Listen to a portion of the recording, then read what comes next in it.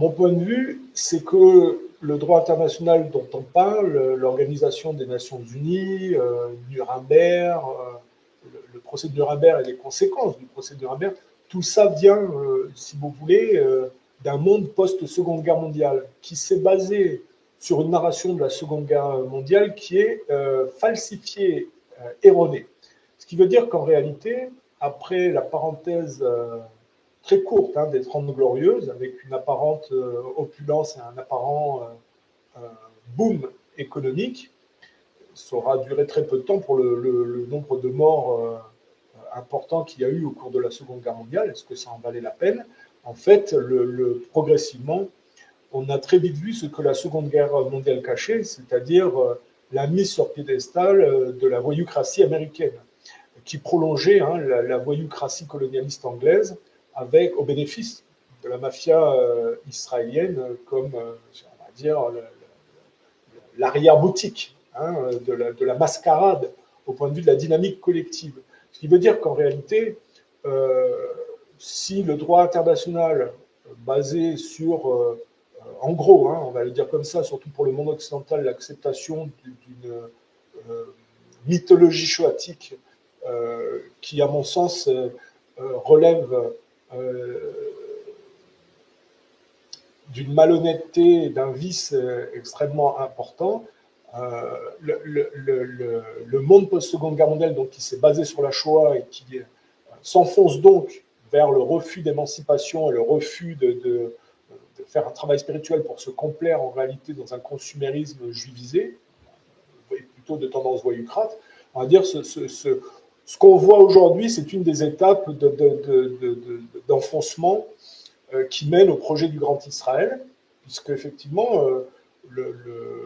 bon, on peut parler du côté technique de l'enlèvement. On va dire que techniquement, c'est bien joué parce que ça, en coût financier et en coût humain,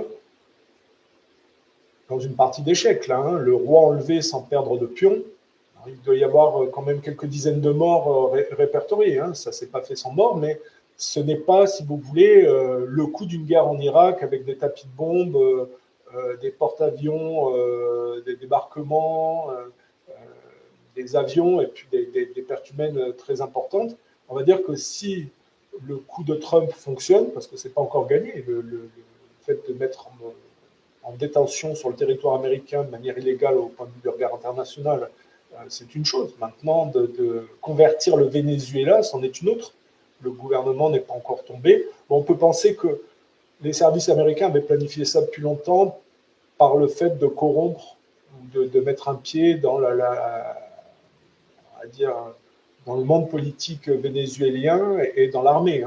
Parce que rentrer comme dans du beurre et en sortir avec Maduro, on peut penser que ou Maduro avait négocié tout ça pour éviter de finir assassiné ou qu'il y ait une guerre, pour éviter qu'il y ait trop de morts.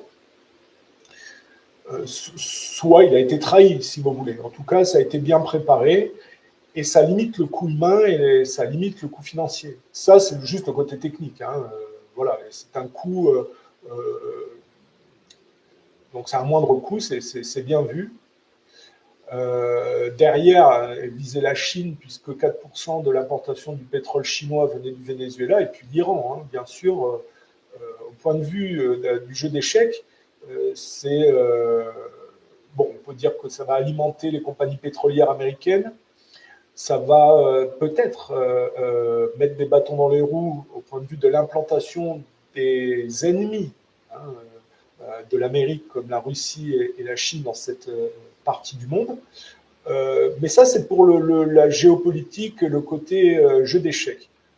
Au point de vue du rapport humain et moral, on est dans une obscénité voyoucrate typiquement américaine. Bon, voilà. Mais encore une fois de plus, je reviens sur ce que j'ai dit. Il ne faut pas s'étonner quand on a comme ciment la Shoah et la narration falsifiée de la Seconde Guerre mondiale, qu'en bout de tableau, finalement, il ne reste plus que les mafias américaines et juives pour faire la loi en foulant aux pieds toute la poudre aux yeux des règles qui ont émergé de la Seconde Guerre mondiale. La Seconde Guerre mondiale était vraiment une démolition contrôlée d'un ancien monde au profit d'un nouveau plus superficiel de tendance mafieuse judéo-protestante. Voilà. C'est pour ça que l'Europe finit par être sous tutelle et être totalement soumise aux injonctions judéo-protestantes, voire des présidents comme Macron, Merz, Starmer, voilà, et d'autres. Hein. Il y a quelques exceptions, mais enfin bon, ce sont des exceptions qui sont en plus des paradoxes relatifs, on va dire. Mais on a une voyoucratie multipolaire russe opposée à un monde unipolaire occidental. On se donne les BRICS par effet de domino contre le monde occidental unipolaire, avec dans ce monde globaliste unipolaire un espèce de contraste avec Trump qui, lui, a une position prétendument anti-globaliste. Et c'est vrai qu'en sur certains aspects, Trump fait un travail anti-globaliste au sein de ce délire sioniste. Mais il ne faut pas rêver, Trump ne sera pas éternel et on va dire son legs au point de vue politique finira comme d'habitude avec les Américains après on va dire des mandats républicains succèdent des mandats démocrates avec l'établissement, si vous voulez, Pipo et Molo, après la droite, d'une espèce de sous-dictature gauchiste qui va utiliser tout ce qu'a créé l'autre parti, si vous voulez, à son avantage. Regardez ce que Biden et Obama ont fait, quoi. C'est pas beau à voir, si vous voulez. Ça suivait d'une certaine manière ce qu'avait fait Bush. Hein. On est quand même dans la green machine avec d'un côté les républicains, de l'autre les démocrates. Enfin, ils suivent les deux facettes d'une même pièce. C'est-à-dire, ils sont tous les deux d'un côté d'un arbre et ils coupent l'arbre d'un côté et de l'autre. Hein. Ça revient au même. Voilà. Avec Trump, on a l'expression d'un mouvement chrétien sioniste, ce qui est une ineptie, puisque le mouvement chrétien ne peut pas être sioniste à son détriment, sauf à son détriment, si vous voulez. Les seuls qui ont une logique à être sionistes, c'est les juifs. Les autres, s'ils se prétendent chrétiens sionistes, c'est qu'ils n'ont pas compris ce que c'était que le christianisme. Et puis finalement, en fait, le sionisme travaille contre eux-mêmes, si vous voulez. Voilà. Bon. Donc on est dans un processus d'enfoncement, il faut avoir le processus global historique pour le comprendre, mais il faut bien voir que la Seconde Guerre mondiale repose sur des bases falsifiées avec comme ciment la Shoah, qui est en réalité au niveau de l'expression cachée, si vous voulez, en gros, hein, le message de la Shoah, c'est qu'on préfère se complaire dans la judisation consumériste, même de tendance voyoucrate, plutôt que de faire des efforts spirituels. C'est ça que veut dire la Shoah, parce que on va dire que le mensonge sur ce qui s'est passé à cette époque-là, ça relève de l'inversion sur la réalité, si vous voulez, c'est-à-dire en gros le pauvre juif victime et le méchant allemand génocidaire. Ça veut dire tout simplement que l'Allemand qui voulait faire autre chose que de se soumettre à la dette judéo-bancaire est en fait un monstre, tandis que le juif qui veut se complaire dans son matérialisme, si vous voulez, est une victime. Le dire comme ça. Hein. Voilà. Et donc, ça ne pouvait accoucher qu'à la fin à cette espèce de gabegie où on n'a plus affaire à du droit international. Hein. C'est terminé. On a affaire, si vous voulez, à un impérialisme païen primitif, élaboré, hein, sophistiqué, intelligent, mais très reptilien et très basé en réalité sur l'antichristianisme bien compris et l'antispiritualité. On s'enfonce dans des airs de technofascisme écolo-juivisé, on va dire. Voilà. En n'insultant pas le terme, en utilisant le terme fasciste, pas sur le terme italien Mussolini, mais plus l'appropriation qu'en ont fait de ceux qui ont gagné la Seconde Guerre mondiale. Qu'est-ce qu'on peut dire oui, la Chine impactée, l'Iran va être le prochain, le Groenland, et puis on peut être certain qu'il y a d'autres choses qui sont préparées par l'administration Trump. Alors, une fois de plus, les Russes ont été très lents et n'ont pas été capables d'anticiper et d'empêcher que ça se produise. Ils se sont fait avoir avec la Libye de Kadhafi, la Syrie de Bachar al-Assad, et ils se sont fait avoir avec le Venezuela, parce que eux, les Russes sont des voyous aussi de la Seconde Guerre mondiale. Hein. Le bolchevisme a été financé par la City. c'est pas Trotsky qui a émergé de ça, mais Staline. Donc, du coup, c'était un peu trop viril pour la City. Donc, il a fallu faire la guerre froide pour continuer de raboter ce que le bolchevisme avait fait de la culture slave. Hein. Le but, c'était quand même une unification entre l'Est et l'Ouest par des réformes de masse et des massacres de masse. Hein. 90% de l'appareil d'État bolchevique était juif au départ.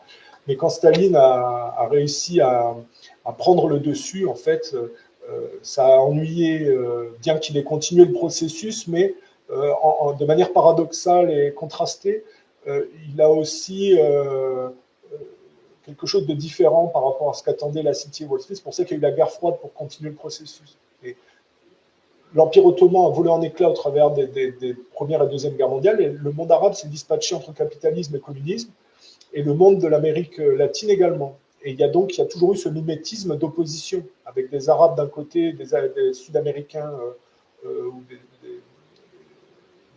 gens d'Amérique centrale ou de tous ces pays en dessous de l'Amérique du Nord. Il y a toujours eu des groupes dispatchés dans les deux camps. Et il y a, avec le phénomène Laurence d'Arabie, les anglo-saxons ont toujours monté les Arabes les uns contre les autres dans un effet de démolition contrôlée. C'est pareil pour l'Amérique du Sud et Maduro, c'est la suite logique de ça. C'est-à-dire qu'après l'URSS, en réalité, l'influence a continué dans ces mondes-là entre la Russie et les États-Unis, si vous voulez. Voilà. Avec le jeu de la Chine qui a monté, qui est un double mimétique du consumérisme des Occidentaux, mais avec une tendance pas complètement disloquée comme dans l'unilatéralisme, si vous voulez. Voilà. Et donc, on peut penser que ça ne va pas s'arrêter là et que du coup, peut-être que les États-Unis vont réalimenter leur économie d'une certaine manière, s'ils arrivent à convertir le Venezuela. Il y a du pétrole, les grosses compagnies pétrolières, ça va bloquer le pétrole pour les autres.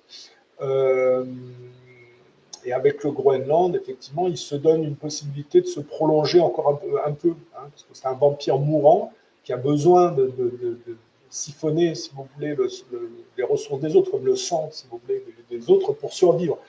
La culture anglo-saxonne, c'est un peu comme le Dajjal qui a qu'un œil. Avec le parallèle, on peut le faire avec Odin, c'est-à-dire qu'il n'y a pas de spiritualité, il n'y a le phénomène des pilleurs commerçants. C'est la définition de viking, hein, la mythologie nordique, et c'est Odin qui se travestit physiquement dans la domination militaire et qui finit dans un combat final broyé dans l'éloignement de la nature sauvage. Hein. Le Ragnarok, c'est la défaite finale. Il y a un défaitisme et une superficialité dans la culture nordique qui s'exprime par leur économie de la fuite en avant dans la dette et dans les guerres, hein, pour maquiller la gabegie. Donc il n'y a rien à attendre de si la Shoah n'est pas remis en cause, ça veut dire que la collectivité se prolongera dans un refus de spiritualité et une judaisation. Et deux, si les anglo-saxons sont toujours à la tête de l'Occident, ça veut dire que ça se finira en guerre de masse et avec le plus naïf qui assumera pour les autres. Hein. Dans la Seconde Guerre mondiale, les Russes ont été très naïfs, puisque les plus costauds, c'était les Allemands.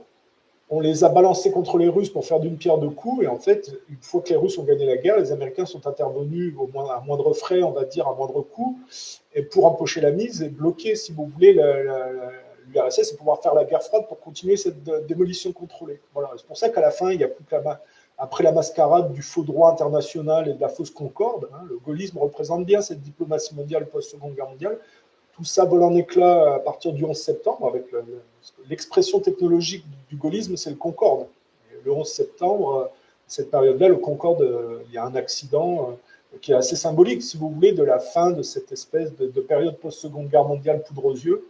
Et il n'y a que les voyoucraties juives et les voyoucraties judéo-protestantes qui mènent le bal. C'était ce qu'il y avait derrière, en réalité, la Seconde Guerre mondiale et qui allait s'exprimer, c'était ça, si vous voulez. Hein. Je rappelle que on a le processus de catholicisme prédaté par la superficialité protestante et le judaïsme en bout de tableau. Hein. Il y a une démolition contrôlée avec le monde orthodoxe qui est ciblé également. Hein. Révolution française, d'essence libérale anglaise dans l'inspiration, bolchevisme financé par la City, et puis suivi des branches que ça donne par une prédation de superficialisation. La France a suivi cet aspect de prédation judo-protestante qui l'a progressivement de plus en plus dégradé. Et c'est pareil pour la Russie et le bolchevisme, si vous voulez, ce que ça a donné dans ces aires d'influence. Voilà. Qu'est-ce qu'on pourrait dire également sur cette histoire?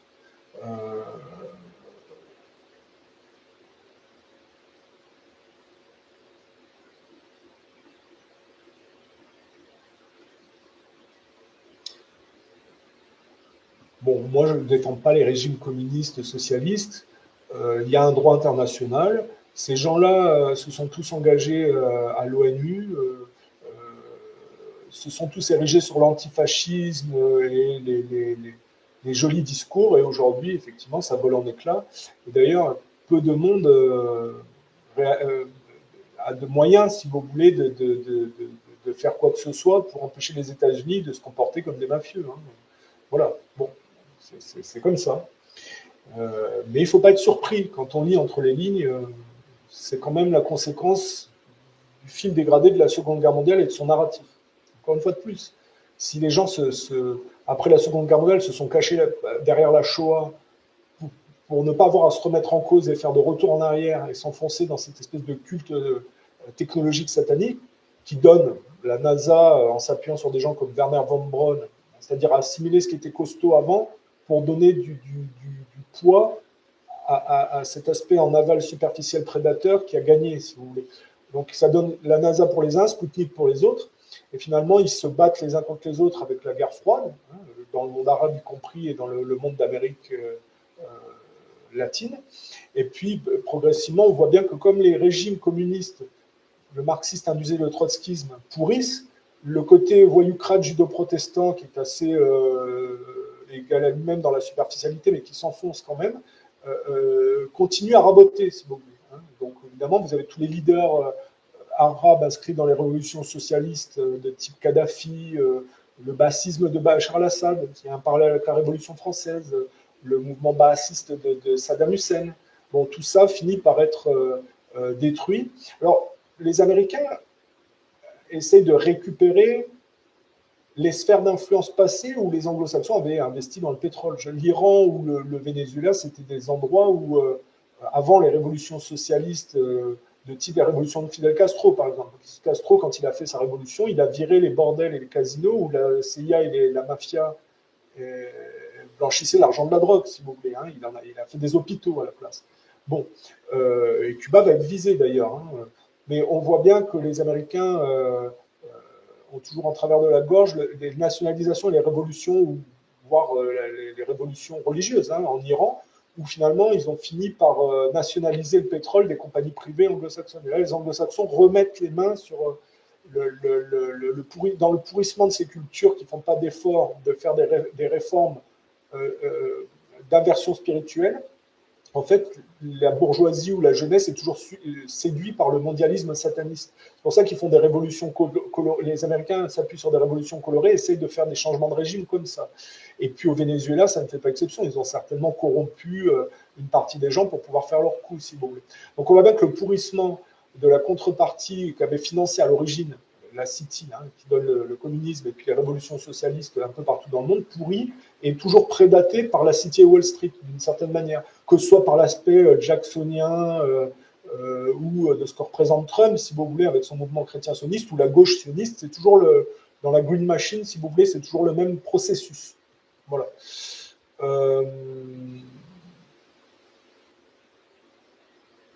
Alors je dis, le gaullisme fait partie de cette voyoucratie, puisqu'ils étaient du côté des Rothschild pendant la Seconde Guerre mondiale et des judo-protestants. De Gaulle a essayé de lutter après pour imposer son modèle, mais il n'était pas question pour les anglo-saxons de laisser les gens qui ont travaillé à saboter, si vous voulez, l'ancienne ligne européenne qui bloquait l'émergence américaine. Il n'était pas question ensuite de laisser les gaullistes s'imposer. Donc ils ont essayé d'assassiner De Gaulle et ils le virent par mai 68 en manipulant les jeunes. C'est le procédé de démolition contrôlée, si vous voulez. Hein, voilà. On rappellera qu'Adolf Hitler défendait le droit des Palestiniens à ne pas se faire génocider. Hein. Le discours de 1939 adressé à Churchill et à Roosevelt, où il explique que les Palestiniens sont massacrés par des colons juifs appuyés par l'armée britannique et que personne ne les défend. Hein, et que lui ne compte pas laisser l'influence Allemagne se retrouver en état d'être comme les Palestiniens, si vous voulez. Voilà. C'est un discours à savoir que peu de gens vont vous montrer. YouTube me l'a supprimé, mais ça doit exister, je l'ai raboté sur une de mes chaînes YouTube. C'est un discours à entendre parce que ça replace, si vous voulez, le discours d'Adolf Hitler dans le contraste de ce qu'on en dit aujourd'hui, et notamment les gaullistes qui, avec De Gaulle, il y a toujours un aspect de Gaulle. Hein. Les gaullistes aujourd'hui sont honnêtes par rapport au conflit en Ukraine. Hein. Ils vont dire que les Russes ne sont pas les agresseurs, mais ont été contraints d'intervenir et qu'ils font d'une paire de coups, ils récupèrent des endroits où il y a des ressources naturelles et des russophones. Mais ils ont été provoqués, hein, puisque l'OTAN n'a fait que progresser jusqu'aux portes de Moscou pratiquement. Ce qu'on ne vous dit pas, c'est que le Donbass allait être envahi, hein, parce qu'ils étaient en train d'essayer de lutter pour leur autonomie, puisque à partir du moment où il y a eu une révolution qui a béni Yanukovych pour placer Poroshenko, la partie russophone s'est vue agressée par l'autre partie de l'Ukraine. Et il y allait avoir une invasion, et c'est en respectant le droit international que Poutine a contré cette invasion. C'est quand même assez opposé au fait que Trump peut-être dit, puisque la Russie récupère la Crimée et le Donbass, nous, on va récupérer le Venezuela, si vous voulez.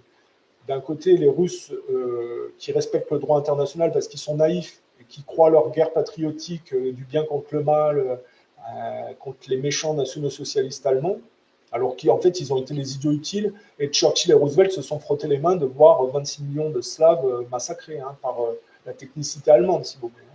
Il faut être clair. La guerre patriotique n'est que l'expression de l'obscénité du machiavélisme des uns, les judo-protestants derrière, mais aussi de l'aspect totalement vulgaire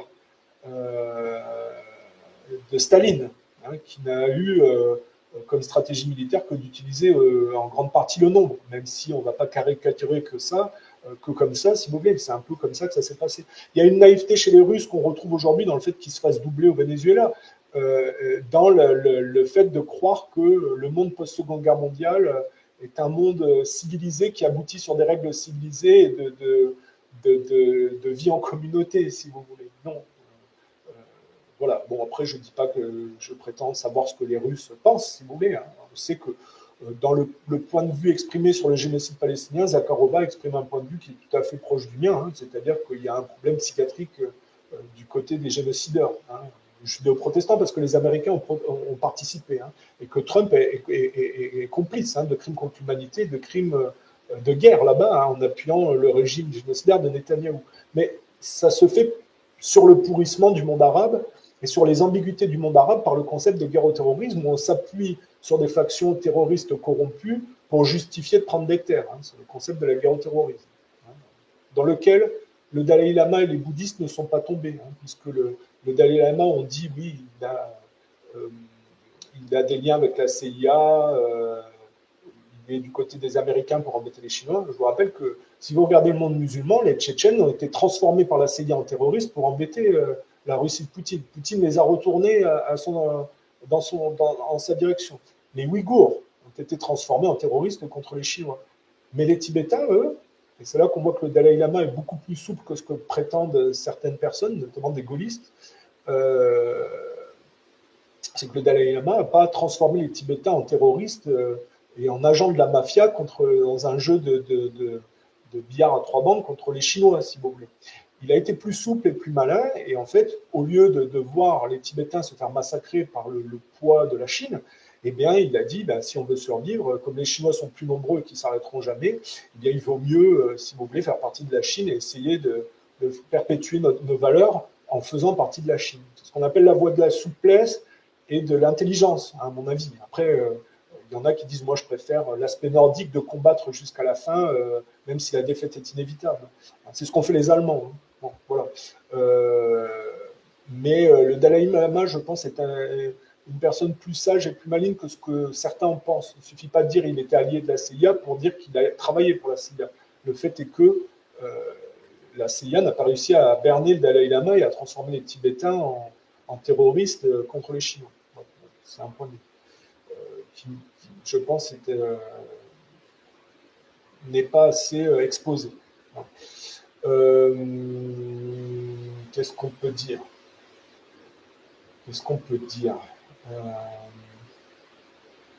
Oui, on assiste à la fin d'une ère. Hein. On n'est plus dans le droit international post-seconde guerre mondiale, on est aujourd'hui dans des empires païens qui se cachent derrière un apparat chrétien pour certains, mais ce n'est pas du christianisme. Je rappelle que Poutine se prétend, remettre au goût du jour l'orthodoxie, mais comme le dit un gaulliste, donc quelqu'un d'imparfait comme Pierre Hillard, mais qui dit aussi des choses intéressantes, il y a dans la culture russe, ce sont des nordiques aussi, donc c'est teinté, si vous voulez, c'est une autre forme de nordique, c'est teinté de paganisme et un peu de satanisme.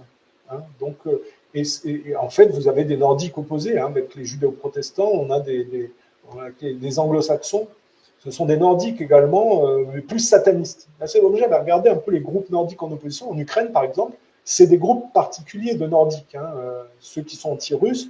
On a des traces archéologiques de groupes nordiques particuliers ultra violents et qui ne sont pas les mêmes que l'Allemagne d'Adolf Hitler ou ceux qu'on trouve en Italie du Nord et qui vont s'inscrire dans le mouvement fasciste et qui vont s'allier avec leurs collègues d'Allemagne, hein, de Bavière ou de Forêt-Noire ou d'autres, si vous voulez. Ce n'est pas les mêmes groupes et c'est pour ça que Bandera, qui était du côté ukrainien d'extrême droite, a été mis en prison par les nationaux socialistes allemands. C'est pas tout à fait la même chose. Et c'est pour ça, c'est pour couper, si vous voulez, le mensonge de dire que ce qu'on voit avec les néo-nazis en Ukraine et le comportement européiste, ça serait, si vous voulez, la résurgence du national-socialisme et ça serait très parallèle avec Netanyahou. Non, l'Europe et les européistes, c'est la conséquence de la défaite d'Adolf Hitler. Et pareil pour le projet du Grand Israël. Je rappelle que Adolf Hitler se battait contre cette dette judéo-bancaire et contre cette espèce de gabegie décadente. Hein, voilà. Mais souvent, les gaullistes mentent sur Adolf Hitler en disant la vérité sur l'Ukraine. C'est-à-dire ils vont dire oui, Adolf Hitler a envahi la Pologne comme le méchant dictateur suprémaciste qu'il était, alors qu'en fait, ce qu'a fait Adolf Hitler en Pologne est tout à fait parallèle à ce qu'a fait Poutine en Ukraine. Il est intervenu pour défendre les minorités allemandes qui étaient massacrées, notamment par des groupuscules poussés par les Anglais à le faire. Hein. Ceux qui ont voulu que la guerre éclate dans cette partie-là, c'est surtout les Anglais, les Français et le camp des Alliés, hein, des libérateurs, des héros de la Seconde Guerre mondiale, si vous voulez. Entre guillemets, hein, c'est ironique ce que je dis. Mais voilà.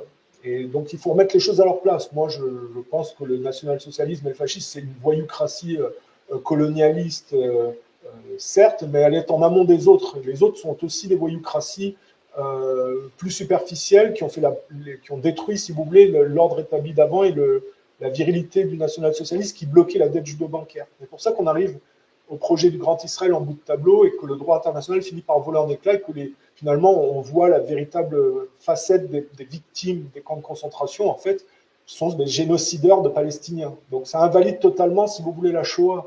C'est qu'on ne peut pas prétendre être victime de camps concentrationnaires et de génocide quand on se met à reproduire ce dont on prétend être victime, si vous voulez. Ça n'a plus de légitimité. Mais aujourd'hui, de toute façon, il n'y a plus de règles, tout le monde s'en fout, et les gens sont plus des hystériques et des gens dans l'émotionnel, et ne prennent pas le temps, de toute façon, de réfléchir à tout ça. Donc, il y a un ciment shoatique qui, tant qu'il n'est pas remis en cause, sera un marqueur de la direction collective à ne pas vouloir faire d'efforts spirituels et à préférer se complaire dans une espèce de direction inversée sataniste de culte pro-technologique. Si vous voulez. Parce qu'Israël est la manifestation d'une hypocrisie barabassienne collective, c'est-à-dire la poursuite du colonialisme au profit du culte de la science. Aujourd'hui, ça se cache derrière l'écologie, si vous voulez, hein, le Great Reset et ce genre de choses. Voilà. Et Trump fait partie de cet aspect-là, si vous voulez, mais avec le contraste d'être prétendument anti-globaliste, voilà, prétendument en train de nettoyer le marais, mais il fait partie de la Green Machine et il fait partie, si vous voulez. Et alors, en plus, lui, il est contrasté par rapport aux républicains démocrates qui sont souvent pipo-mollo. Lui, il a encore un contraste au-dessus, mais au final, ça reste un anglo-saxon superficiel sioniste. Voilà, donc il finit par couvrir les crimes de Netanyahou et à le protéger. Bon. On rappelle le parcours de Trump, formé par Roy Cohn, la mafia juive. Roy Cohn était un homosexuel qui était spécialisé dans le chantage sexuel. Alors, je fais une parenthèse. S'il y a des gens qui sont abonnés à plusieurs de mes chaînes, ça m'arrive souvent de répéter les mêmes choses d'une chaîne à l'autre. Mais bon, c'est parce que je pars du principe que les gens qui regardent mon direct sur cette chaîne ne sont pas forcément les mêmes. Mais de toute façon, il n'y a rien de mal à répéter les mêmes choses parce que finalement, des fois, on ne peut pas se concentrer tout le temps sur un direct ou des dires. Et puis le fait que ça revienne, ça permet de mieux comprendre le point de vue exposé. Voilà. Donc, formé par Heroicon, ensuite il a été sauvé dans sa gabegie financière à Atlantic City par un émissaire de Rothschild. Et puis après, il s'est plié aux Lubavitch, qui sont aussi présents en Russie, d'une autre manière. Et il finit par couvrir Netanyahou. Donc on voit bien que c'est sûr qu'il ne faut pas compter sur les Russes et les Américains pour remettre en cause la Shoah. Hein. Ils s'enfoncent tous, si vous voulez, derrière ce mensonge-là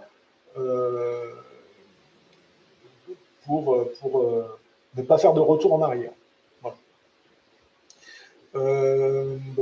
Bon, les Chinois, il faut voir que les Chinois sont un double mimétique du capitalisme occidental qui est amené à prendre la suite sur la dislocation des États-Unis dans le temps.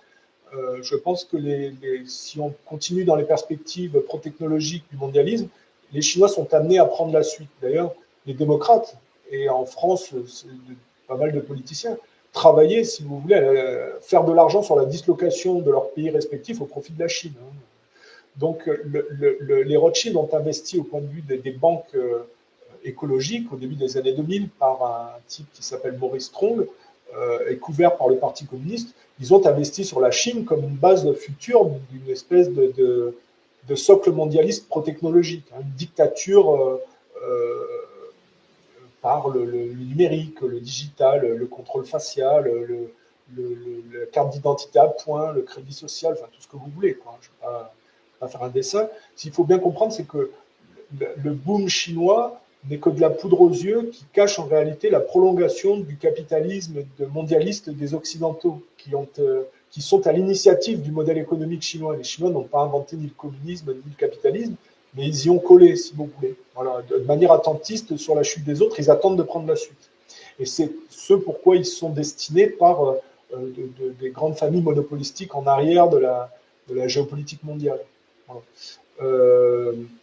Parce que moi, j'ai rien contre les Asiatiques. Il y a des grandes qualités dans toutes les cultures. Dans le monde asiatique, il y a un potentiel énorme. Mais ce n'est pas, si vous voulez, la culture originale, la tradition et la spiritualité asiatique qui est en train d'émerger du capitalisme chinois, bien que certains Asiatiques pourront bénéficier de ça pour se développer, si vous voulez, et pas que les Asiatiques, hein, les pays des BRICS, ce genre de choses, les pays émergents, même s'ils partent de beaucoup plus loin et que c'est basé sur la chute des autres en Occident, ce qui émerge de la Chine, c'est le côté consumériste de masse, avec le gâchis, le gaspillage, et forcément les compétitions pour l'hégémonie, si vous voulez.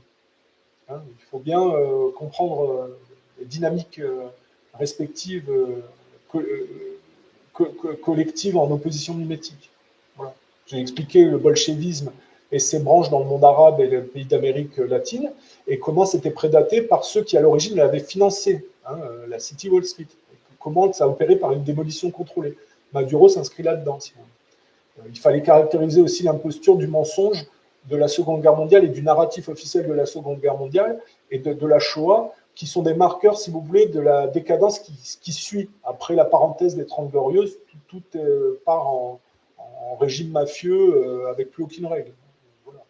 Et c'est pour ça que j'ai commencé la vidéo, pour expliquer que les règles derrière lesquelles les gens se sont cachés après la Seconde Guerre mondiale, plus personne ne les respecte, à part les naïfs ou les gens de bonne volonté. Dans le relativisme de ces mondes-là, il y a les Russes, les Chinois qui respectent plus le droit international que la contrepartie voyoucrate, qui, elle, sait très bien qu'elle a planifié, si vous voulez, la Seconde Guerre mondiale au bénéfice de sa propre voyoucratie. À part s'ils croient à leur baratin, mais voilà, ça m'étonnerait quand même. Voilà. Après tout, il y a certainement des Américains qui sont convaincus qu'ils étaient les forces du bien contre les forces du mal et qu'ils ont libéré l'Europe. Voilà. Je rappelle que si le fascisme italien a viré la mafia, les Américains sont appuyés sur la mafia pour empêcher l'Italie de fonctionner économiquement. Ils ont assassiné des types comme Mattei, ils ont essayé d'assassiner De Gaulle. Hein. Et Mattei, c'est pour l'Italie. Et en France, c'est des gens comme Pasqua, hein, le mafieux corse, sur lequel la CIA s'est appuyée. Désolé pour Asselineau qui n'a pas vu le coup venir, hein, visiblement qui n'a toujours pas compris, mais voilà, il y a bien la CIA derrière Pasqua, c'est bien la mafia corse, et les Américains sont bien appuyés sur les mafieux pour leur intérêt personnel. Voilà.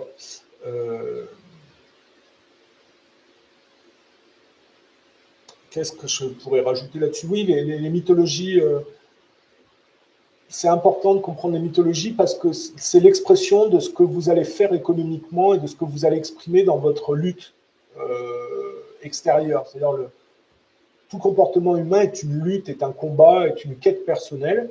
Et les mythologies expriment cette quête. C'est toujours relié à l'émancipation intergénérationnelle et à ce qui en sort.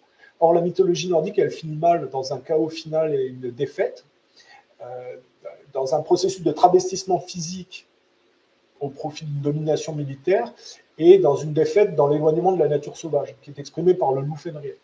Ça, c'est la mythologie défaitiste nordique. Donc, ça veut dire que tant que les Nordiques et les Anglo-Saxons géreront les économies, il n'y aura pas de changement, si vous voulez, de reprise spirituelle et morale.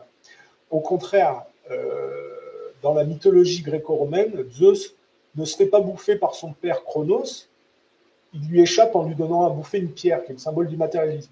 Il bat les titans, l'énergie mal canalisée, il arrive au sommet de l'Olympe. Donc il y a un positivisme gréco-romain et une lutte et une victoire contre le paganisme à la symbolique animale des anciens temps. Tous les héros grecs sont des enfants de Zeus qui battent des monstres mi-hommes, mi-humains. Voilà. Ce paganisme à la symbolique animale, on la retrouve dans la mythologie et dans le folklore de l'Empire égyptien, où tous les dieux ont des têtes d'animaux. Crocodile, ibis, faucon, lion. Et ça cadrait à une époque, c'est-à-dire l'Empire égyptien, les empires successifs égyptiens ont donné des choses certainement très intéressantes et qui étaient, comment dire, appropriées par rapport à l'époque. Mais l'humain est censé évoluer.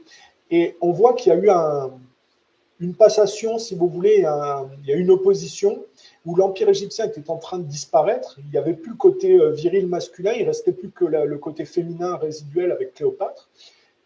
L'Empire égyptien a essayé au lieu de disparaître, a essayé de se prolonger en essayant d'infiltrer l'Empire romain. Donc ils avaient choisi Marc-Antoine. Donc il y a eu une bataille décisive entre ce positivisme gréco-romain et cette infiltration du paganisme des anciens temps à la symbolique animale que représentait l'Empire égyptien. Mais il y a eu donc la bataille d'Actium à Nicopolis en Grèce qui a opposé, si vous voulez, Octave, qui va donner le premier empereur romain à Marc-Antoine et Cléopâtre. Et on va voir que c'est le qui va s'imposer dans cette bataille navale. Et donc c'est la fin de l'Empire égyptien et c'est la victoire, si vous voulez, de l'émancipation positive grecque sur l'ancien monde au paganisme animal, si vous voulez, au paganisme de la nature sauvage des anciens temps de l'homme, dans cette région, dans les régions où les gens étaient en contact, si vous voulez. Donc Octave est la manifestation, si vous voulez, de la victoire du positivisme gréco-romain contre le paganisme des anciens temps que portait l'Empire égyptien. Voilà. Et donc, quand vous comparez avec la mythologie nordique, on voit bien qu'il y a un défaitisme, une défaite par rapport au paganisme d'éloignement, et ça, c'est opposé à la culture gréco-romaine positive qui va, en plus, prendre une dimension supplémentaire avec le christianisme, la simplification du monothéisme, la charité, la prise en compte du plus faible. Et vous remarquez que dans le processus historique, les Nordiques n'ont jamais compris cet aspect chrétien et le positivisme gréco-romain non plus. Par contre, ils ont toujours travaillé sur le pourrissement de ces mouvements-là qui ont émergé, mais on va dire relativement.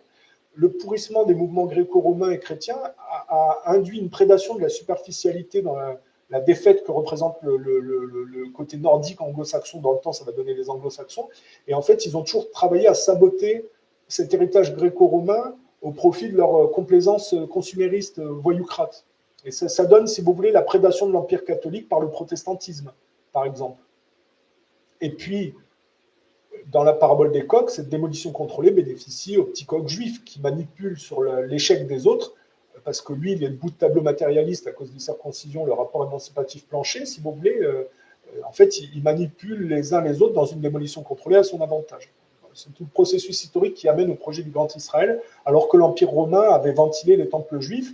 Progressivement, la prise de pouvoir des rois nordiques qui s'approprient le christianisme et qui vont retranscrire le comportement de Vandale des Nordiques par les croisades, hein, va faire que on va voir un effondrement progressif du christianisme au profit d'une voyoucratie juivisée barbacienne. Voilà. Et le mouvement chrétien sioniste, c'est cette imposture paganique qui se cache derrière le christianisme au profit du judaïsme. C'est pour ça qu'il ne faut pas être dupe sur ce que représente Trump et les mouvements chrétiens sionistes. Voilà.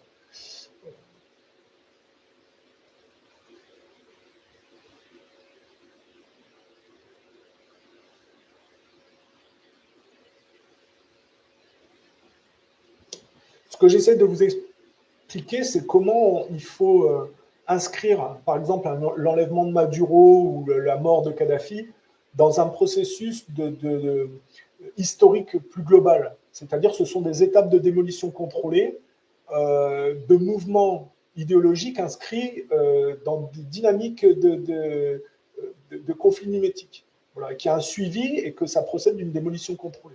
Voilà. Et après, il y a des marqueurs qui permettent de comprendre que ça ne va pas dans la bonne direction, si vous voulez. C'est pour ça que j'ai abordé la Shoah, que j'aborde les mythologies pour expliquer que si un groupe est à la tête de quelque chose de collectif et que ce groupe est marqué par un défaitisme, c'est très mauvais signe. Voilà. Bon. Mais la philosophie gréco-romaine, le christianisme, c'est toujours à disposition. Alors après, il faut faire un travail de détricotage des mensonges, du travestissement qui s'y sont accolés, mais ce sont toujours des outils très performants pour travailler à l'émancipation, si vous voulez, pour aller du côté du cheminement spirituel. Il y a des outils formidables dans le christianisme non dévoyé et dans la mythologie gréco-romaine. Voilà. Bon, le parcours du Christ, hein, je reviens là-dessus, c'est comment on peut le prendre pour un parcours personnel au sein de sa propre famille, par exemple, hein, les enfants sacrifiés sur l'autel du carriérisme des parents, et comment il faut s'émanciper de ça sans y être soumis par le pardon, la maturité, la droiture. Ce qui est important dans le parcours du Christ, c'est les étapes où il sort Marie-Madeleine de la prostitution, où il chasse les marchands du temple. Hein. Ça, l'Église catholique a totalement oublié, hein, parce que là, l'Église catholique, ce sont des gens qui sont totalement soumis et compromis avec la voyoucratie juive. Hein. Et puis, le fait d'être victime d'injustice, de pardonner aux gens obscènes pris dans l'aspect reptilien, barabbasien, voyoucrate, pas par lâcheté ou par faiblesse, hein, mais par hauteur spirituelle, si vous voulez, en comprenant que ces gens-là s'écartent d'un monde lumineux, ils ne sont pas conscients hein, de ce qu'ils ratent, si vous voulez.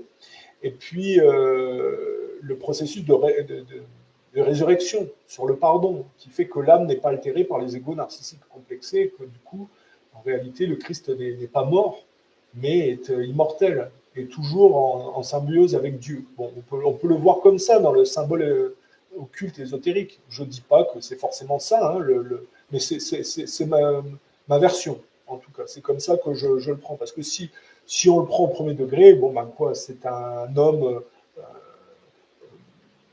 qui se démarque des autres par une force de conviction, de caractère, une spiritualité, qui remet en cause la voyoucratie marchande de son époque et qui finit crucifié sur l'autel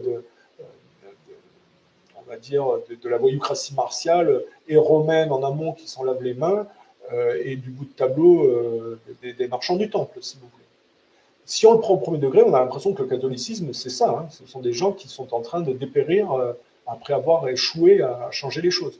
Mais le Christ, c'est évidemment pas une défaite et, si vous voulez, un échec dans la tentative de remise en cause des choses. C'est bien plus profond que ça. C'est quelqu'un qui a sacrifié sa vie pour que son histoire perdure. Et ce qui est important, c'est la résurrection et le côté immortel du Christ, en réalité, qui a vaincu. Enfin, il n'avait pas besoin de vaincre, il avait déjà probablement vaincu. Je ne sais pas, est-ce qu'il avait un processus où il était obligé de se confronter à ça pour surmonter, ou est-ce qu'il n'avait pas d'ambiguïté et qu'il l'a fait exprès de se sacrifier pour que, par le processus de résurrection derrière, les gens se souviennent de son histoire et s'en servent, si vous voulez. Ça, moi, je prétends pas détenir la vérité. Je dis que le plus important dans l'histoire du Christ, c'est de comprendre l'histoire du pardon, de ne pas oublier qu'il a chassé les marchands du temple sans ambiguïté, et l'histoire du pardon qui fait que du coup les gens ne sont pas dans le fait de dire je vais me venger, je vais les massacrer, parce que l'histoire de l'humanité c'est ça, hein, c'est des injustices, des choses et puis des vengeances. Or le Christ est bien plus fort et solide que ça, et donc il pardonne, et il y a la résurrection qui est la symbolique, si vous voulez, du fait que ce n'est pas un échec, mais en réalité un calcul prémédité pour qu'il y ait une histoire à disposition comme outil d'émancipation pour les hommes. Voilà, moi c'est comme ça que je le prends. Voilà. Mais aujourd'hui, je pense que la Shoah, et les gens qui se cachent derrière la Shoah, c'est une négation de cette réalité émancipative. Et c'est pour ça que le droit international qui naît après la Seconde Guerre mondiale et qui prend comme socle la Shoah était comment dire, était voué à s'effondrer et à ne laisser place qu'à des comportements mafieux qui ne respectent plus rien. Voilà. C'est pour ça qu'il faut comprendre que la Seconde Guerre mondiale, c'est vraiment une planification de la mise sur piédestal de la voyoucratie américaine au détriment de l'Europe continentale et en porte-à-faux avec le communisme. Voilà.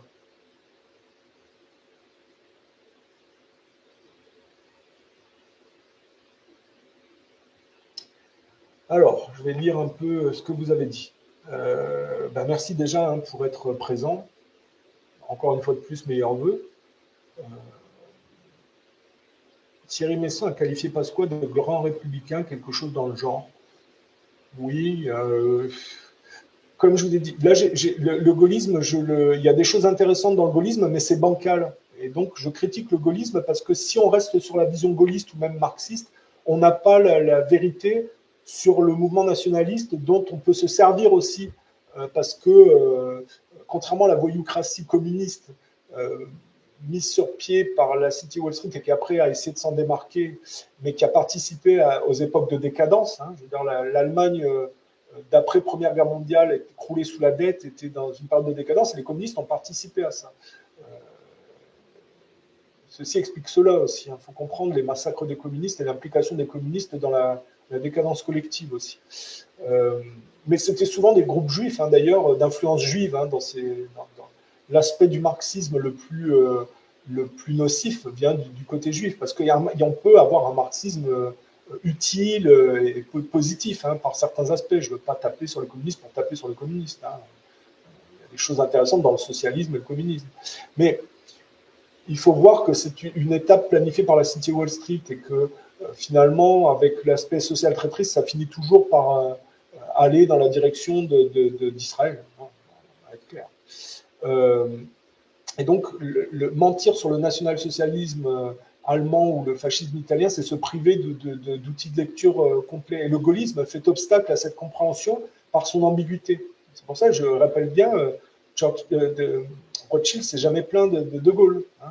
De Gaulle, c'est la perte des colonies françaises d'Indochine. Ce sont les lois favorables à la communauté juive. Et c'est tout le processus qui amène à mai 68 dans son dos, si vous voulez. Hein. Donc Pétain induit de Gaulle qui induit mai 68. On voit le processus d'évolution contre eux. Bon. Et donc, quand je commence cette vidéo pour parler du droit international et que l'enlèvement de Maduro procède d'une infraction aux règles internationales, Thierry Messon, quand il s'exprime là-dessus, lui, il dit que non. Parce qu'il est dans le Trumpisme, quelque part. Et c'est bizarre. Les gaullistes sont ambigus sur cette histoire de Trump. Voilà. Moi, je dis, il faut être clair, il ne faut pas attendre. On dit aide-toi, le ciel t'aidera. Mais ce qui est valable au point de vue spirituel est valable au point de vue politique aussi. Il ne faut pas attendre de Trump ou de Poutine pour sauver la France. Hein. La France, elle n'a pas à être déjà soumise ni par les Américains ni par les Russes, mais elle devrait pouvoir créer, si vous voulez, une expression de sa propre morale et spiritualité qui reprend la main d'une manière typiquement française et pour un contexte français, si vous voulez, sur la décadence. Voilà.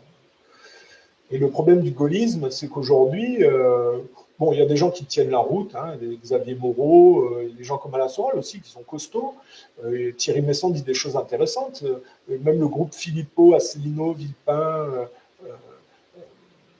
Mais il y a quand même un résiduel gaulliste très homosexualisé. Quand on prend beaucoup des gens qui disent des demi-vérités intéressantes. Hein. Villepin, bon, il y a des choses intéressantes, mais après, il y a d'autres qui sont tout à fait dans le mondialisme. Mais il y a un côté homosexualisé gaullien résiduel et qui ne semble pas, si vous voulez, gêner tant le mondialisme unilatéral que ça. Hein. Et puis, ils ne sont pas capables de s'entendre entre eux. Hein. Asselineau, Philippot, Dupont-Aignan. Après, vous avez des personnages comme Jacques Cheminade, bon, très intéressant sur la voyoucratie anglaise, sur l'assassinat de Kennedy, par contre très caricaturaux sur la Seconde Guerre mondiale, c'est-à-dire les forces du mal contre les forces du bien. Vous avez des gens comme Pierre Hillard qui sont intéressants dans la critique du mondialisme, mais qui sont évidemment avec le défaut du gaullisme et la caricature de la Seconde Guerre mondiale. Alors les Allemands font partie de l'équation quand même dans le financement, hein, mais du moins ils essayaient de lutter contre la décadence judo-bancaire. Les marxistes vont dire que le capital s'est appuyé sur une de ces expressions, si vous voulez, à cette époque, mais les marxistes en sont aussi l'expression. Donc, moi je pense que le national-socialisme et le fascisme, qui ont fait un travail de nettoyage par rapport à l'influence communiste, étaient plus costauds, même si c'était des voyous colonialistes et très ancrés dans une certaine forme de patronat patriarcal. On peut toujours argumenter sur d'où vient le financement de l'Allemagne, mais au moins il luttait contre la dette judo-bancaire et contre la décadence et l'assimilation de l'Europe. Voilà. Je dis De Gaulle, il a été du côté de Londres, donc il a participé à aller du côté de ceux qui ont planifié la démolition de la vieille Europe.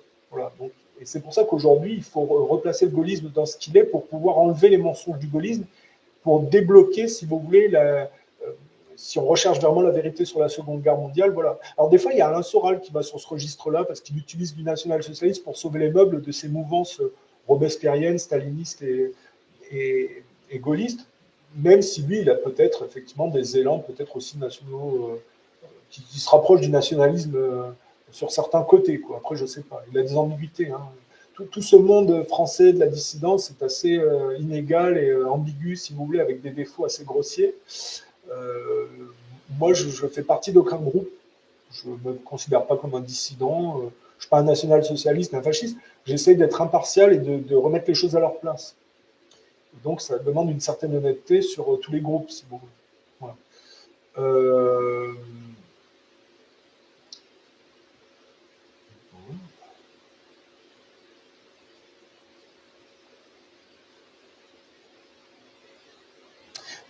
Qu'est-ce que je peux dire sur la symbolique des camps de concentration? Parce que ça, c'est le pauvre juif victime du méchant allemand dans des camps de travaux forcés, qui finit gazé, à qui on prend les dents en or, et dont on fait du savon humain. Ça fait partie d'une mythologie avec une symbolique étudiée pour noyer, si vous voulez, la réalité du monde qui est en train de se mettre en place. Les chambres à gaz, on est en train aujourd'hui de gazer les gens dans le monde artificiel. Et quand je dis gazer, ce n'est pas une image. Les chemtrails, c'est une réalité. On est en train de gazer les gens pour les enfoncer dans le monde artificiel. On a l'impression que la symbolique les termes symboliques de la Shoah ont été savamment choisis pour justement cacher ce qui était en train de se mettre en place. On sait les dents en or. Pour avoir une dent contre quelqu'un, c'est l'exploitation du conflit aux autres et faire de l'argent sur ce conflit. Si vous dites que les Juifs ont été victimes et qu'on leur a volé leurs dents en or, on a l'impression que cette mythologie a caché le fait qu'il y a des spécialistes quand même du divisé pour mieux régner et qui renvoient à la parabole des coqs. Il y a toujours des groupes...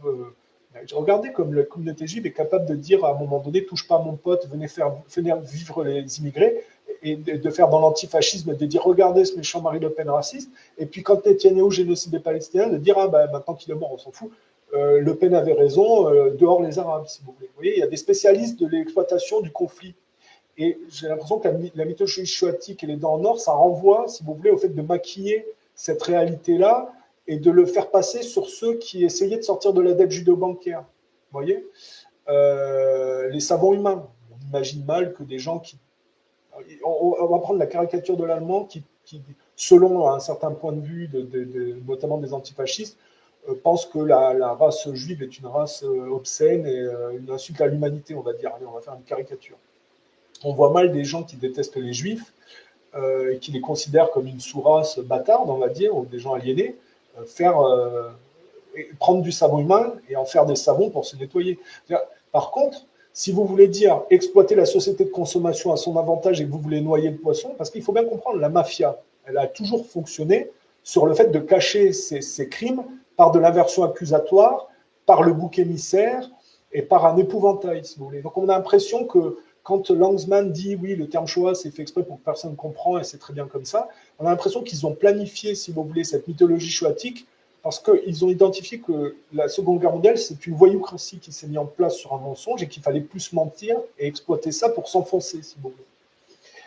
Et si ça, c'est le socle du droit international post-Seconde Guerre mondiale, ça explique bien des choses sur ce qu'on voit aujourd'hui. C'est-à-dire que tout vole en éclats et qu'il n'y a plus que la mafia juive qui génocide les Palestiniens sans que personne ne dise rien, et la mafia américaine qui fait ce qu'elle veut, si vous voulez. Voilà. Avec les naïfs russes qui respectent le droit international et les Chinois aussi qui essayent de légitimer leur mise sur piédestal. Si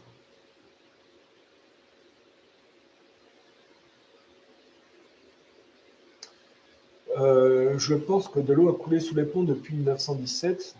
C'est pas nécessaire de tout ramener une mise en pièce des anciens. Mise en pièce des anciens livres du bloc de l'Est et aux mythologies antiques. Bah si, en fait, si vous allez à l'origine, vous comprenez la Bible ou des écrits qui sont bizarres quand on les lit, si vous voulez, tout est basé sur le fait de partir à l'origine pour anticiper les mouvements futurs. Et quand vous partez de ce principe-là, en fait, si vous partez des mythologies, vous comprenez tous les mouvements humains et où ils vont se diriger, s'il vous plaît. Alors bon, est-ce qu'ils vont pourrir, être prédatés par des groupes plus superficiels? Bon, on voit tout ça avec le fil dégradé. Hein. On voit comment l'Empire romain, à un moment donné, pour des raisons de calcul, de cohésion collective, ou peut-être parce que les martyrs chrétiens ont imprégné l'imaginaire populaire, l'Empire romain, à un moment donné, intègre comme base de sa structure le christianisme. Bon, l'Empire romain s'effondre, et puis les Nordiques déferlent. Les Nordiques vont s'approprier, si vous voulez, les vestiges de l'Empire romain et vont essayer de cadrer au christianisme. Ça va donner tous les rois et toutes les monarchies chrétiennes. Un Nordique étant ce qu'il est, l'assimilation du christianisme va être relative et ils vont reproduire par les croisades, si vous voulez, leur comportement de pilleurs. Donc, bon, au début, c'était Jérusalem, il fallait libérer les pèlerins qui étaient harcelés, voire tués et dépouillés par les Arabes qui les empêchaient d'aller en pèlerinage à Jérusalem. Mais très vite, on voit qu'ils vont se déporter contre Constantinople pour la piller. Si vous voulez. À la fin des croisades, pour gérer la mascarade, c'est l'apparition des banques juives. Et le catholicisme, c'est Rome, mais il y avait la branche chrétienne romaine qui va donner Constantinople et qui, par déportation, donnera l'orthodoxie et la Russie orthodoxe. Et donc, c'est quand ils ont été en Constantinople, c'est cet aspect-là qu'ils ont pillé, si vous voulez, en brûlant les bibliothèques où était entreposé le savoir gréco-romain. Et donc, à la fin de cette mascarade, les banques juives gèrent le truc. Et puis, il va y avoir très vite l'apparition du protestantisme, qui est une version plus superficielle, mais mieux organisée du christianisme, approprié notamment par le monde anglo-saxon, et derrière lequel le paganisme anglo-saxon, le satanisme anglo-saxon va se cacher avec le judaïsme pour opérer la démolition contrôlée, si vous voulez. Et donc là, vous avez tout le processus qui fait que vous avez les guerres de religion, la guerre de 7 ans, les guerres napoléoniennes, la Révolution française, les guerres napoléoniennes, et puis comment on a le processus de démolition contrôlée européen, si vous voulez. Après, on retombe sur le processus des oppositions mimétiques que j'ai expliqué tout à l'heure. Donc, non, c'est nécessaire de revenir en arrière et d'utiliser les mythologies, les anciens alliés, parce qu'il faut replacer chaque chose dans une dynamique collective et dans des mouvements collectifs. Il y a un suivi à faire et pour comprendre les choses, c'est un puzzle, il faut prendre toutes les pièces pour les remettre toutes en place.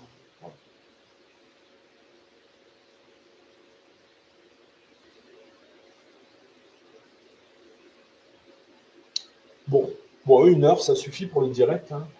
Je pense que c'est pas mal. J'ai parlé du droit international, dans quoi le droit international s'inscrivait. J'ai parlé en fait du parcours des mouvements humains en opposition bioéthique et de la direction que ça prenait avec le futur chinois qui n'est pas forcément de bon augure si la Chine fait aucun travail d'apport spirituel et moral. Bon, il ne faut pas rêver non plus. Est-ce qu'il peut y avoir un changement?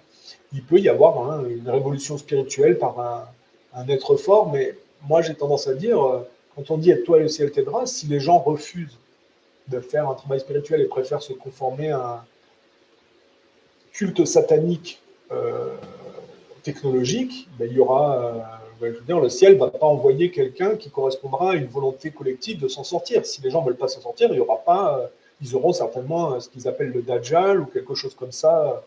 Voilà. Après, on ne peut pas vivre dans les ténèbres éternellement. Donc, je pense que l'humanité n'est pas condamnée à vivre dans les ténèbres. Il peut y avoir des aires de ténèbres momentanées. Maintenant, est-ce qu'il peut y avoir aussi une séparation? C'est-à-dire qu'il peut y avoir une humanité, on va dire, techno-sataniste, qui, pour survivre, une fois qu'elle aura tout gaspillé sur Terre, et encore, on peut même imaginer qu'il y a un groupe qui va massacrer la majorité pour pouvoir s'approprier la Terre et pouvoir. C'était les Malthusiens, c'est ça, hein, surtout, ils pensent qu'on est trop nombreux, qu'il faut ramener la population à 500 millions.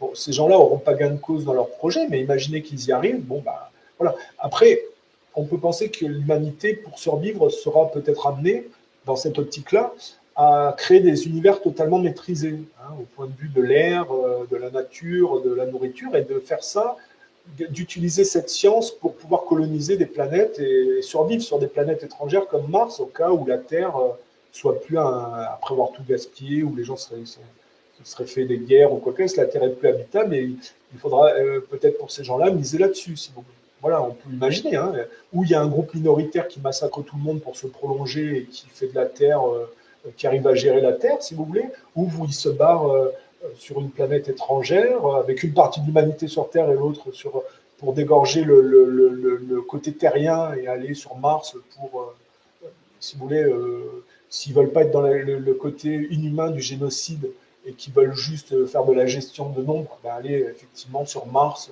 pour voilà, hein, se prolonger comme ça. Sinon, il peut y avoir effectivement un messie spirituel qui reprend l'humanité sous la coupe de Dieu et des forces cosmiques, et qui donc amène l'humanité sur le chemin de la sagesse, et donc sur une économie pérenne et sur un rapport matérialiste qui est un tremplin pour un travail spirituel, et donc il y aurait une gestion collective bien plus saine, tout un tas de choses. Voilà. On aurait peut-être du mal aujourd'hui à s'imaginer ce que ce serait une humanité qui dirait là-dedans, tellement l'humanité a été dans le sens inverse. Mais voilà, on peut, il y a peut-être une petite pourcentage de chance pour que ça arrive. Après, je ne suis pas Madame Soleil, hein, je ne sais pas. Moi, je n'ai pas de vision encore. Hein, donc, je ne sais pas de quoi l'avenir sera fait. Voilà. L'humain est régi par des règles. Ces règles, elles ne changeront pas. Donc, il y aura toujours la possibilité de faire un travail, si vous voulez, homme, connais-toi toi-même et tu connaîtras le monde, pour s'émanciper. Voilà. Après, plus les gens acceptent les vaccinations, ne réagissent pas par rapport aux traînées chimiques d'avion, aux additifs dans les aliments, parce que moi, par exemple, l'histoire des vaccinations sur les vaches, je ne consommerai plus avec de l'ARN messager. Hein. Aujourd'hui, les canards, le foie gras, c'est pratiquement plus du canard. Il y a plus le foie gras, c'est du canard, mais avant, c'était du foie gras d'oie, si vous voulez. Moi, je connaissais le foie d'oie gras, je ne savais pas le canard, je ne savais même pas. Et aujourd'hui, tous les canards, pratiquement, sont vaccinés à l'ARN messager. Moi, je ne prendrai plus jamais de foie gras de canard, et je ne prendrai plus de viande bovine. Hein. C'est une certitude. Même le lait, j'y toucherai plus. Si tout est ARN messager, vous voyez, on est en train d'opérer un travestissement de l'humanité biologique pour pousser à l'artificialisation. C'est pour ça que j'ai suivi la mouvance que on dit Odin n'a qu'un œil, il se travestit à la fontaine de Mimir. Physiquement, il perd un œil, c'est probablement la spiritualité pour s'enfoncer dans l'homme artificiel. Dit, les anglo-saxons portent, si vous voulez, avec la Silicon Valley, mais moi j'ai étudié programme, l'opération Phoenix, où ils ont implanté des électrodes à vif dans le cerveau de leurs prisonniers pendant la guerre du Vietnam, avec voilà, le Neuralink maintenant, ils portent, si vous voulez, ce projet de la Green Machine, de l'homme artificiel. Mais ça passe par les traînées chimiques d'avion, par les nanotechnologies dans les vaccins, par la nourriture modifiée. Et plus l'humanité avance dans cette espèce de goulet d'étranglement, plus elle est. Ils essayent d'initier ça dans Retour vers le futur, d'ailleurs, ils en parlent. Hein. On peut changer un foie dans le futur, un truc, machin. Bon, il y a des avancées médicales qui vont dans ce sens, mais on a l'impression qu'après, peut-être qu'ils vont rendre les gens dépendants au point de vue biomécanique de technologies brevetées au point de vue médical et que les gens ne pourront pas s'en passer, si vous voulez. Donc, ils sont tellement affairés à une logique capitaliste prédatrice et un enfoncement de prédation superficielle qui peuvent en arriver là, si vous voulez. Voilà. On voyait le délire de ceux qui veulent être éternels. Il faut vraiment être à la ramasse pour vouloir être éternel. Hein. Je veux dire, vous imaginez, en plus, les gens, ils sont. C'est quand même pas des lumières, je veux dire. Mais d'être pas une lumière pour l'éternité, c'est pas top, hein, quand même. Enfin bon, ouais. Le processus des réincarnations, ça permet de s'améliorer. Vous avez une vie, c'est un peu comme les saisons. Vous avez des étapes, vous accumulez du karma positif, négatif, vous mourrez, vous faites le bilan, et vous revenez, et vous repartez pour vous améliorer. Il n'y a pas de retour en arrière ou d'enfoncement. Quoique, quand on voit le profil de certaines personnes, on se demande s'ils n'ont pas accumulé les erreurs dans une ancienne vie et qu'ils prolongent, si vous voulez. Hein. Il y en a, on se demande si ce n'est pas un constat d'échec prolongé de vie en vie. Enfin bon, bref. Mais l'histoire du karma, à mon avis, je pense que je ne me trompe pas, parce que ce qui régit l'humanité, c'est certainement la loi karmique et les réincarnations. L'idée, c'est de s'améliorer et de faire un travail toujours positif dans sa vie pour améliorer ses conditions dans la vie d'après. Et puis, aider les gens à faire pareil de leur côté, si vous voulez. Et on a l'impression que le monde mathématicien, pro-technologique de la compétition et de la prédation rentre en infraction avec ces règles. Et c'est pour ça qu'il faut être observateur et comprendre le monde, la direction et savoir pourquoi on est sur Terre. Voilà.